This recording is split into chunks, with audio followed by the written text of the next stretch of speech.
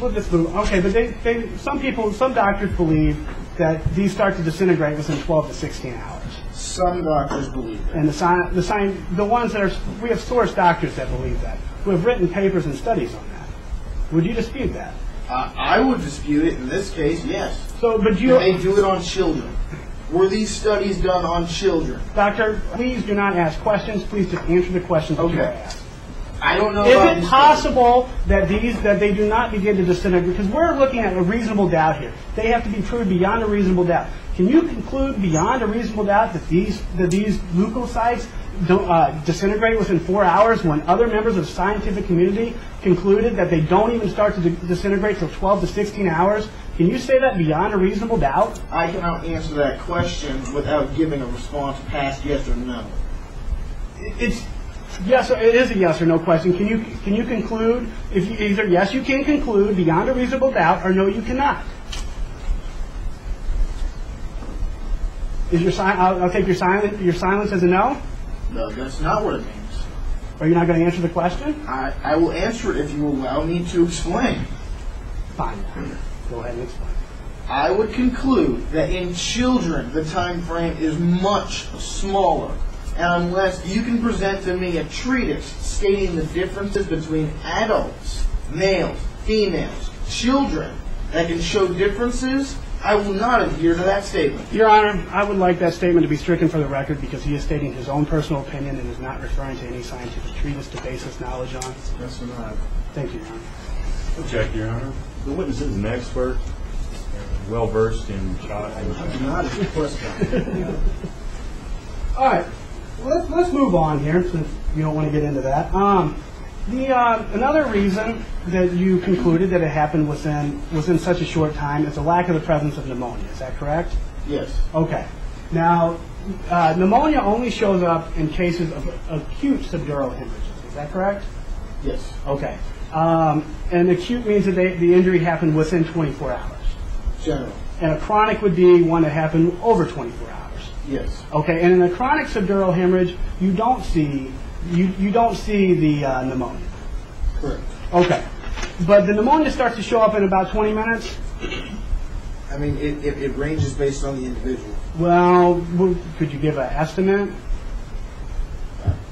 I haven't done studies on it. Well, then why would you? If you didn't do studies on it, why would you base a conclusion and possibly risk a man's life and base it as part of your conclusion of the coroner's report?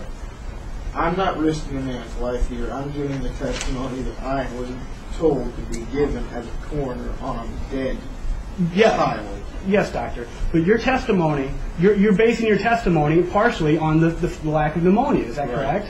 And one of the reasons is you say that the pneumonia hasn't showed up yet, so it had to be in a short period of time. Is that correct? Yes. Can you give us a time frame of when the pneumonia likely shows up? You do state here.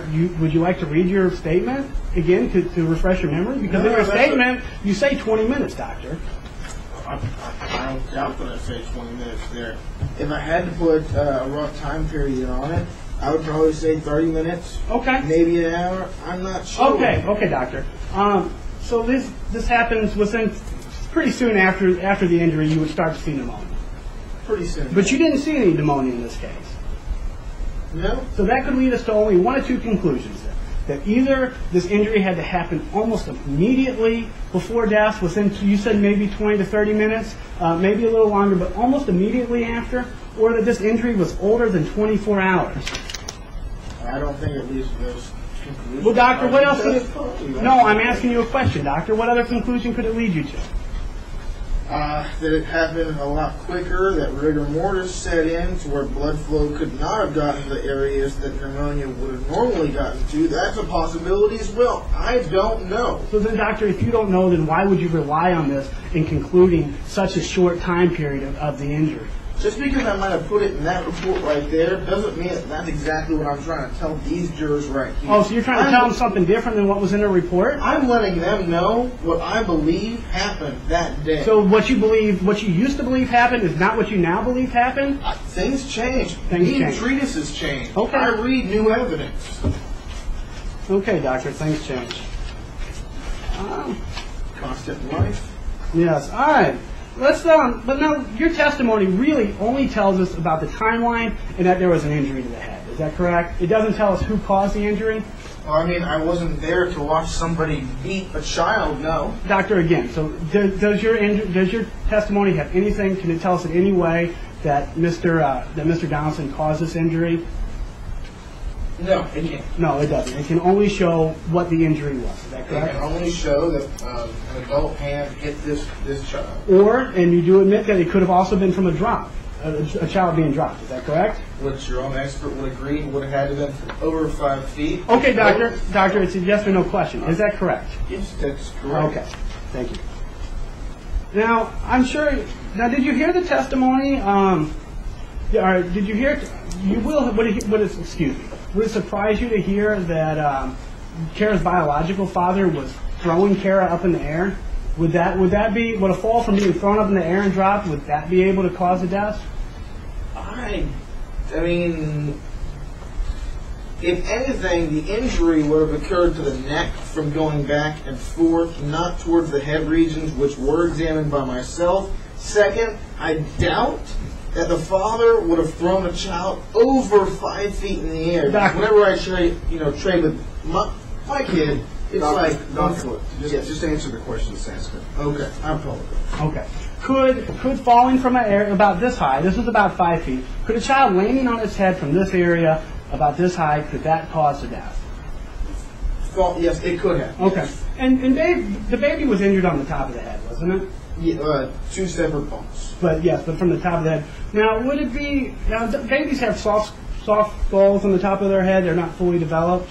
It depends on how far along developed they are. What was your opinion of Kara? It was a little soft. So a drop from dropping Kara from that height would do more damage to her than, say, dropping you or me from that height. Except for the back of the head here. The soft spot in a child occurs at the top whenever the plates are forming. In this case, you did have one at the top, but you also had one from the side right here where it would not have been soft. But doctor, wasn't it your opinion that it was actually the hematoma on the top of the head that was the one that caused the death? That was partially. Yes. And you're a bit of an expert. You study quite a few of these kind of cases, the child abuse cases.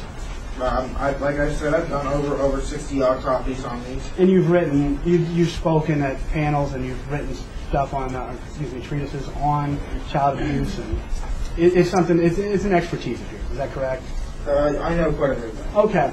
Typically, in these type of cases, you typically see it, an injury occur from, say, a spanking or a blow to the head. That's typically the type of abuse that you would see. Would you agree? Generally, yes. Yes. But now, a blow to the head, wouldn't you typically see that done to around the face region or, the side of the head maybe? But wouldn't that be more where you would see the blows to the head typically? Not necessarily. I'm trying to picture this, how this man could have hit his child on the top of the head. It just seems like an awkward way to, even if, God forbid, you wanted to hit a kid. Would you like me to explain how it could happen? You may.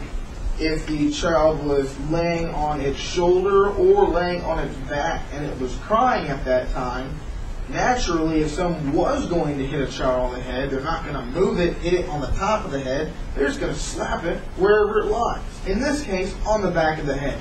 That's one plausible explanation why the defendant might be on trial here. That's plausible, but is it beyond a reasonable doubt? I don't know what that means. Is there other plausible explanations? I don't know what happened there. Nobody knows what happens. That's our point. Thank you, doctor. No further questions. I'll pass the witness. Are you ready? No further questions. Mr. Witness.